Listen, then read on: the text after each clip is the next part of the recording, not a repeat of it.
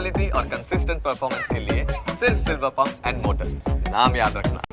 સૌરાષ્ટ્ર ઝોનની ખાનગી શાળાઓની ફીમાં એફઆરસીએ ઘટાડાથી સ્કૂલ સંચાલકોમાં અત્યારે રોષ છે। શાળાની ફીમાં ઘટાડો કરતા સમિતિ સામે શાળા સંચાલકો અત્યારે નારાજ છે।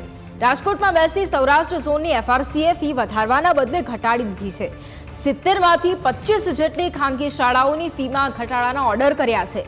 એફઆરસીએ 45 સ્કૂલની ફીમાં 5000 સુધીનો ઘટાડો કરવા આદેશ આપ્યો છે।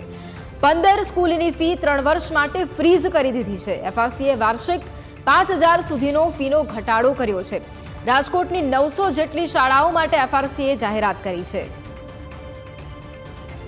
સંવાદદાતા ઋષિ ફોન લાઈન પર છે। ઋષિ, જે પ્રમાણે સૌરાષ્ટ્ર ઝોનના ખાનગી શાળાઓની ફીમાં એફઆરસીએ ઘટાડો કર્યો છે, રાજકોટમાં પણ તેને લઈને રોષ જોવા મળી રહ્યો છે।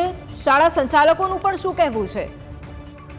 રાજકોટમાં સ્વનિર્ભર શાળા સંચાલક મંડળના જે પ્રમુખ છે ભરત ગાજીપરા, તેમને રાજ્યના શિક્ષણ મંત્રી કુબેર ડિંડોરને પત્ર લખ્યો છે।